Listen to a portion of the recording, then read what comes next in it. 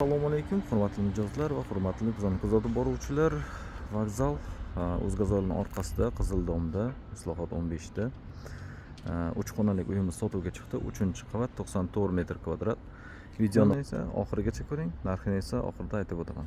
Zamonaviy lift ishlab turibdi. Podyezdimiz kattagina.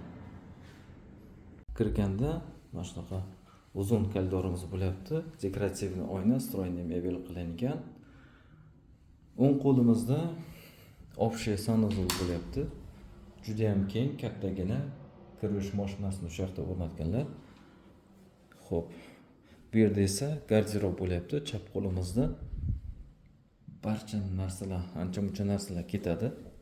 Keyingi xonamiz mehmonxona bo'lyapti. Mehmonxonamiz ham juda ham uzun, keng, ajoyib neoklassika remonti bilan mehmonxonamiz mexki mebellari bilan elita pardalar ilingan. Mehmonxonamizga radiator bo'lyapti. Pollari laminat, sifatli laminat qilingan. Remontiga baho bering 1 dan 10 gacha. Keyingi xonamiz bolalar yotoqxonasi bo'lyapti. Bolalar yotoqxonasida balkon mavjud. Bolalar yotoqxonasida ham radiator qilingan. Oshxonamiz ayollarimiz eng sevadigan joylari, o'tirib yeyish zonasi va stroyniy mebel potolokgacha qilganlar. Холодильник, elektroduxovka, gaz, вытяжка и moyka. Bu yerda esa двухконтурный kotelimiz uyni isitib, issiq suv bilan ta'minlab beradi. Xo'p, oshxonamiz va koridor sanuzulimiz teplый pol bo'lyapti. Ajoyib kafil qilingan bir xil nimada etapda. Va keyingi xonamiz kattalar yotoqxonasi. Bu yerda ham barcha qulayliklar qilingan.